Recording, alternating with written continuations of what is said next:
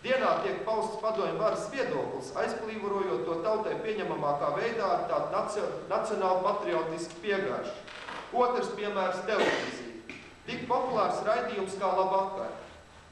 Kad es 89. gada vasarā viesojos Stokholmā, tur tagad jau nelaiķis, Bruno Kalniņš izteicās, ka Labvakar ir valsts drošības komitejas kontrolēts raidījums, kurš īsteno reformu komunistu politiku. Toreiz es par šīm domām tikai pasmaidīju, bet lūk, nesen atmodā atpūtai varējām lasīt televīzijas žurnālistu Andreja Volmāra secinājums par neapšaubāmo saikni, kas pastāv starp Labvakar šefu, bijušo komunistu Edvīnu Inkēnu un televīzijas šefu, bijušo komunistu Labanovski un Demokrātiskās darba partijas šefu Ivaru Ķezberu. Domāju, ka Ķezberu figūru komentārs neprasa. Pietiek zināt to, ka viņš savulaik izraidīts no Zviedrijas kā padomju spiegs. Tieši ar viņu tolaik kompartijas ideoloģiskā sekretāra svētību 88. gadā tika radīts Labvakar raidījums, kurš gan runāja par tautai tīkamām agrāk aizliegtām lietām, bet būtībā novirzīja tautas domas reformu komunistiem vēlamā gultnē. Tāda situācija Latvijā ir ar masu mēdījiem dotajā brīdī. Tagad, kādi ir galvenie politiskie spēki, kas darbojās Latvijā? Es tā īsumā pāriešu pāri visiem. Pirmām kārtām PSKP Latvijas nodaļa, jeb Latvijas komunistiskā partija, līdz 23. augustam sevi uzskatīja par daudzskaitlīgāko organizāciju. Tās piekritējam Latvijas augstākā padomē, kuras vēlētāju vidū bija 200 līdz 300 tūkstoši aktīvu militāru personu, ir vairāk 10 tūkstoši atvaļināto, ir 30% vietu. Komunistu partija apvieno galvenokārt tos, kas Latvijā ieradušies no austrumiem pēdējo 50 gadu laikā. Viņos visstingrāk turas pārliecība, ka valstī jāregulē visi dzīves jautājumi. Viņi ar vislielāko piesardzību un pat naidu izturās pret reformām, ir stingru pasākumu piekritēji. Komunistu partija apvienotai paklausīgo organizāciju funkcionārus un valsts ierēdnis, kas vismazāk gatavi šķirties no marksismu politiskajām un ekonomiskajām dogmām. Armijas iekšlietdaļa, milicijas, valsts drošības komitejas oficieris, kā arī liela daļa atvaļināto militāru personu, kas pēc dienesta izvēlējušies patstāvīgu dzīvi Latvijā. Šeit atrodamā relatīvā komforta dēļ. Tāpat tieši Padomju Savienības pakļauto uzņēmumu vadītājus un mazizglītotus strādniekus. Visi šie slāņi nostājās pret privātīpašumu, īpaši zemes privātīpašumu un tirgus cenām.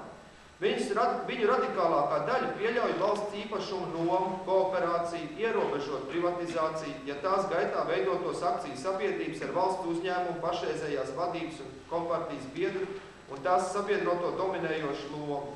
Viņi ir konfiscēto, faktiski nolaupīto īpašumu atdošanas pretinieki. Līdz 23. augustam viņi iestājās par Padomju Savienības kompartijas īpašumu, administratīvo reprezentāciju, sēku, tipogrāfiju un izdevniecību, kas veidojušies aplaupot pilsoņus un iztukšojot valsts kases saglabāšanu.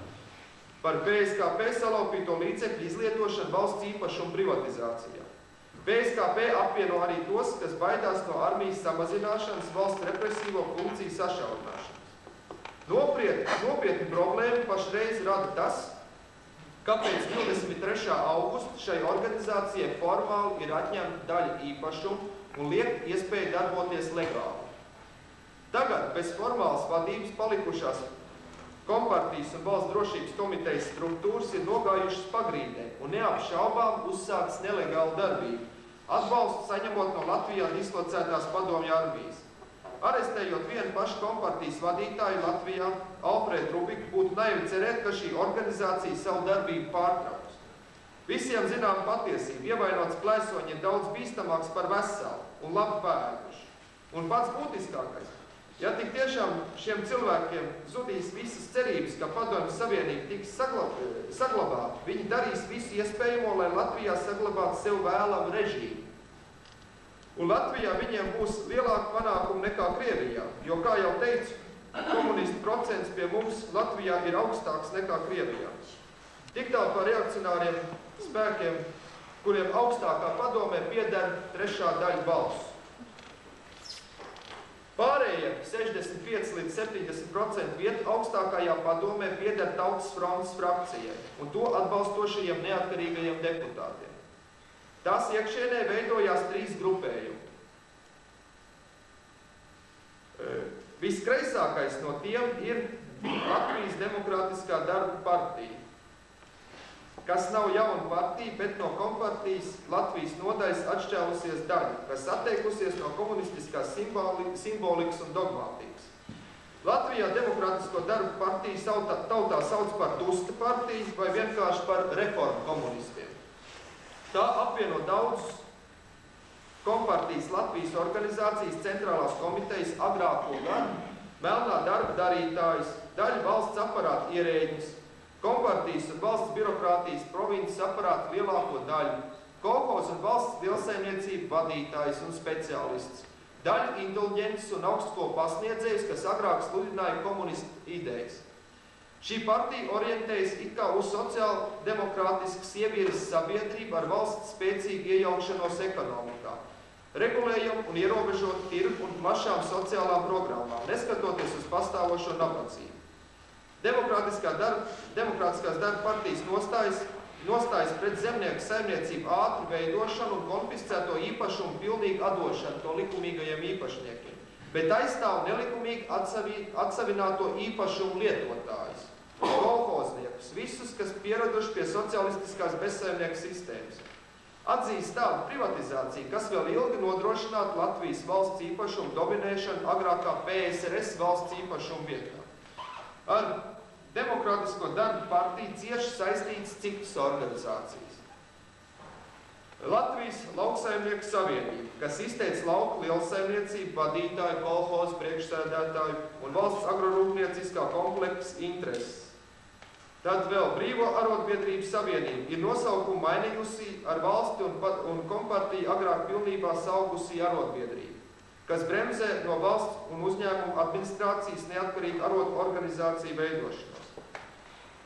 Latvijas jaunatnes progresa savienība un neatkarīgās Latvijas lauku jaunatnes apvienība ir bijušās komjaunatnes PSKP paklausīgas satelīta organizācijas atšķēlušās un pārdēvējušās daļas.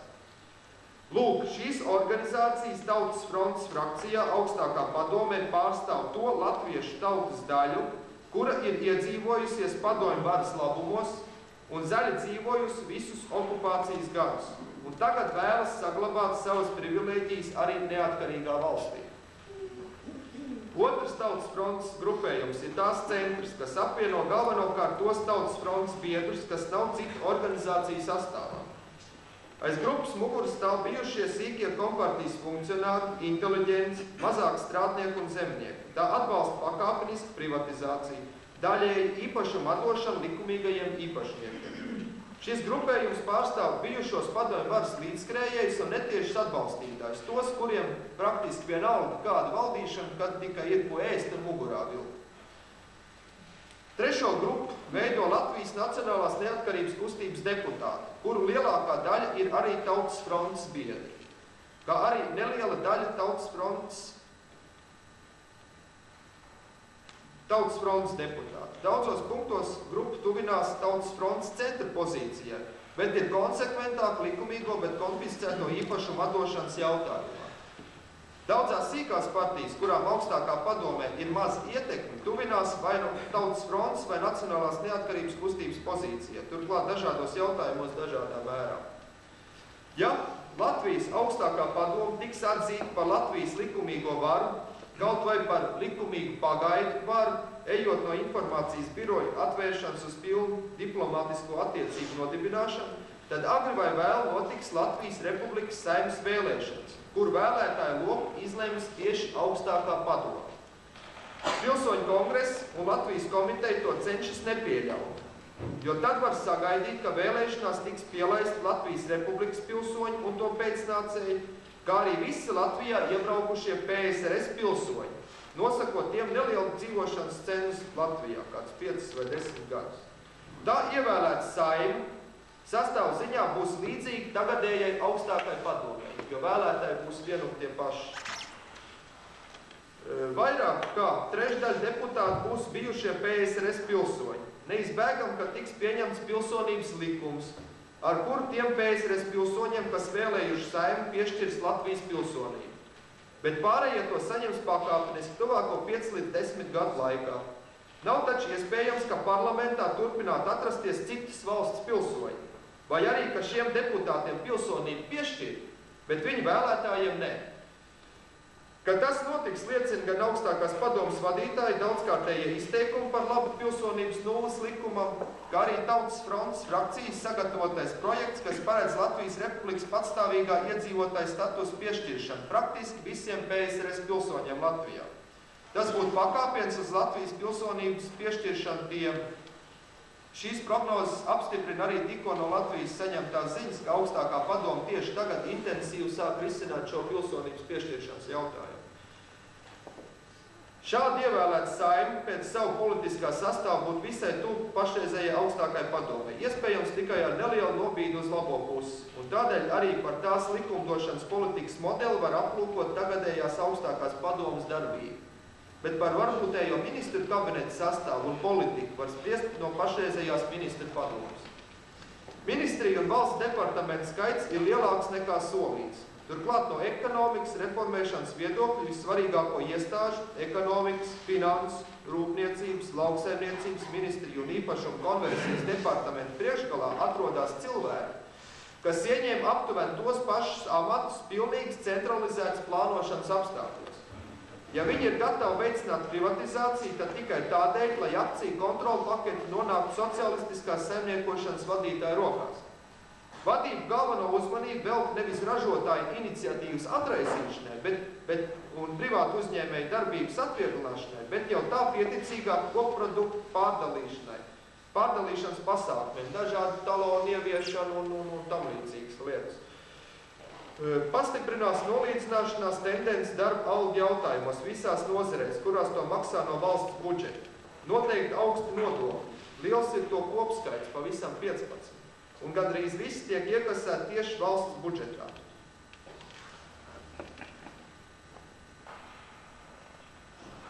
Vēl viens kurjos piemērs par reālo varu Latvijā. Gorbačovs bija noteicis savu prezidentu nodokli visām precēm 5% apmērā no to vērtības. Varētu saprast, ka šo nodokli Latvijā iekasētu par no PSRS saņemtām precēm. Piemēram, Aeroflota, kā Padomjas Savienības aviokompānija par visām biļetēm ņem 5% virsmaksu. Tā ir to spiest darīt, un tas ir normāli, jo viņi ir Padomjas Savienības uzņēmumi. Bet neizprotams ir tas, ka mēs maksājam šo 5% Gorbačova nodokli par Latvijā ražotām precēm. Tā skaitā arī par Latvijā izdotām latviešu grāmatām. Vietējā padomju vara apriņķos un pagastos tai pašā laikā līdzekļu trūkuma dēļ praktiski ir bez varas, neskatoties uz to, ka tās sastāvā ievēlēt daudz progresīvu pārmaiņas augstošu cilvēku.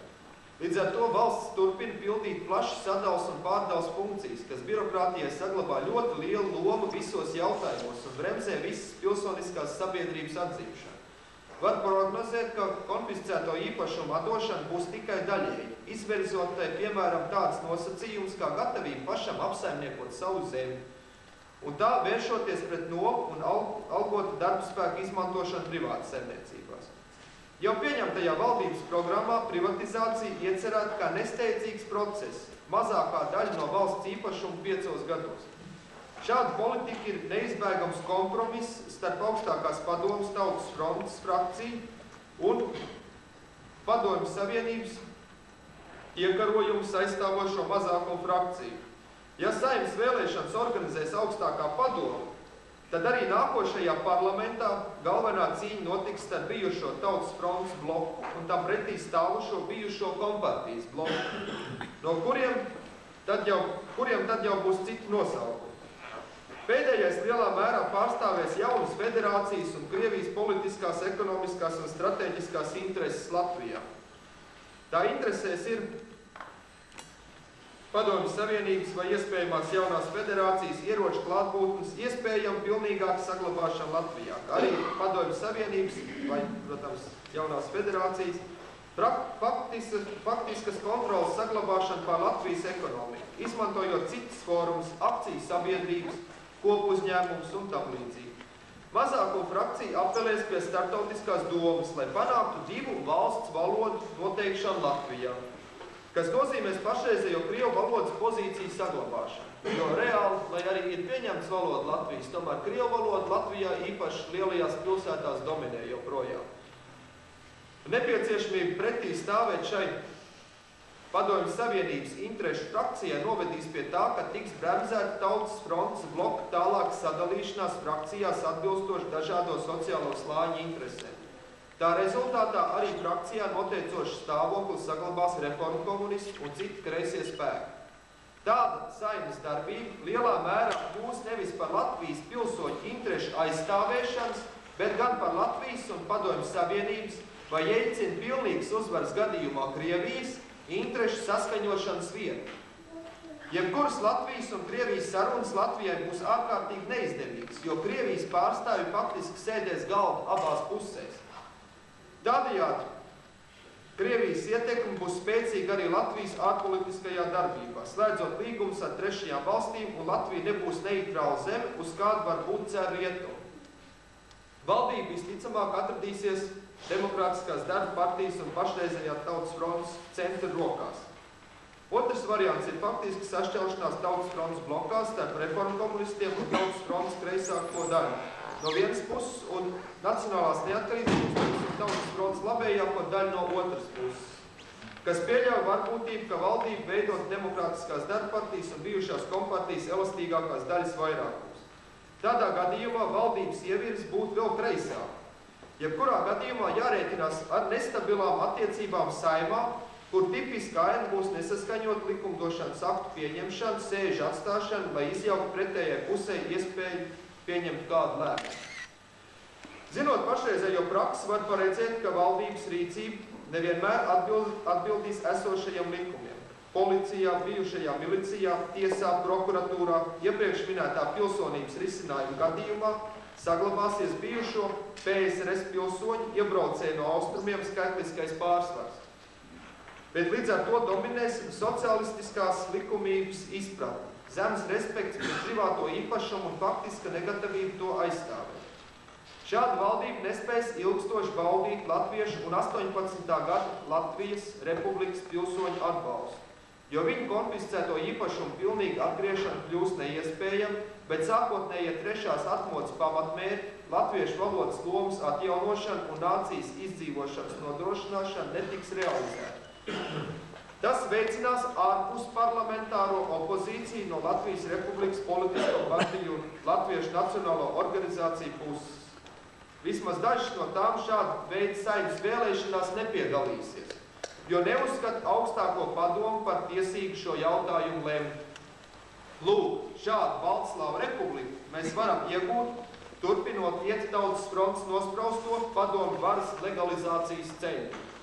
Ir naivi cerēt, ka divas tik dažādas nācijas, kā krievi un latvieši, spēs kopēji veidot normālu valsti. Mēs visi esam liecinieki asiņainajiem notikumiem Dienvidslāvijā. Tur pēc izcelsmes līdzīgas nācijas, serbi un kroāti, dzīvoja kopā 73 gadus. Redziet, pie kā tas novērt. Atkal Eiropā līst asins. Ja Latvijā saglabāsies pašreizējais stāvoklis, šis būs ļoti nestabils punkts Eiropā, kur agri vai vēlu latvieši, lai izdzīvotu kā nācija, būs spiesti lietot tik nepopulāras metodas kā afgāņi, palestīnieši vai īri. Eiropas politiķi to arvien vairāk sāk saprast, jo Eiropā latviešu tautu pazīst kā izcils karotājs. 5. gada revolūcija, 1. pasaules karš, latviešu strēlnieki, 17. gada revolūcija, sarkanie strēlnieki, kur iedvesuši Krievijā tādas šausmas, ka tos vēl tagad atcerās. 18. 20. gads brīvības cīņas divās frontēs. 2. pasaules karš, atkal latviešu karavīrs izsauc apbrīnu abās frontes pusēs. Pēckara periods, partizāņu cīņas, par kurām vēl tagad Latvijā plīst leģendas. Vai kāda nācija Eiropā vēl tā ir cīnījusies pret saviem kaklu kungiem? Mēs nenovēlam rietumu pirmā vācu baronu likteni. 5. gadā deg baronu muižas, tāds pats liktenis var piemeklēt rietumu padomju kopupirms. Lūdzu, nepārprotiet mani, es šeit nebūtu nedomāju propagandēt vardarbību, bet tomēr pastāv varbūtība, ka Tautas frontes nospraustais jaunas valsts, jeb padomju varas un tās iekarojumu legalizācijas ceļš pie šādu iznākumu mūs novērt. Alternatīva šīm kolīzijām ir pilsoņu kongress, kura mērķis ir starptautiski tiesiskā ceļā noregulēt stāvokli Latvijā, veicot pirmkārt Latvijas deokupāciju, visa veida militāro formējumu izvākšanu no Latvijas. Otrkārt, Latvijas dekolonizāciju, okupācijas laikā Latvijā nelikumīgi iebraukušo un dzīvojošo PSRS pilsoņu civilpersonu brīvprātīgas reemigrācijas veicināšanu ar ekonomiskiem līdzekļiem, ieinteresējot reemigrācijas programmu izstrādāšanā un finansēšanā pasaules lielvalstis. Šāda pieredze jau ir, piemēram, Polijas un Čehoslovākijas vāciešu mierīgi pārvietošana uz to vēsturisko dzimteni pēc Otrā pasaules kara. Latvijas deokupācijas un dekolonizācijas jautājumu rietumos bieži vien uztver vulgarizēti, virspusēji. Padomju propagandas un darbības rezultātā rietumi ir saņēmuši informāciju, ka Latvijā ir notikušas brīvas un demokrātiskas vēlēšanas, kā ir noticis 3. marta referendums, kur lielākā daļa patreizējā Latvijas iedzīvotāji izteikuši vēlmi dzīvot brīvā un demokrātiskā valstī, un tā rezultātā nelikumīgi iebraukušo PSRS kolonistu problēmu jau uztver kā Latvijas iekšēju lietu. Ir jāveic rūpīgs darbs, lai pārliecinātu rietumu valstu valdības, ka tas tā nebūtu nav. Šī kolonistu problēma ir starptautisks jautājums. Mēs nebūtu netaisāmies viņus visus tā vienkārši ņemt un aiztriekt pāri zilupei, lai viņi pagaidām dzīvo Latvijā, kaut vai tāpat kā turki Vācijā, bet nav jāpiešķir viņam Latvijas Republikas pilsonību. Tāpat viņam nevar piešķirt politiskas tiesības vēlēt Saeimu. Mūs pārmet to, ka ir taču daudz Latvijai lojāli noskaņot iebraucēji, kas 3. martā apliecināja vēlmi dzīvot brīvā un demokrātiskā valstī. Bet tas taču ir loģiski. Kurš padomju cilvēks to nevēlas? Ja tiktu atvērta robeža, nezinu, vai padomju savienībā vispār kāds paliktu, viss aizbraukt uz brīvām un demokrātiskām valstīm. Tikai pēc deokupācijas un dekolonizācijas tālāk var sekot nākošais pilsoņu kongresa mērķis – Latvijas kā demokrātiskas un tiesiskas valsts atjaunošana. Okupācijas laikā nelikumīgi konfiscēto īpašumu atdošanu to likumīgajiem īpašniekiem vai viņu mantiniekiem, un tikai pēc tam sekojoši valsts īpašumu privatizācija.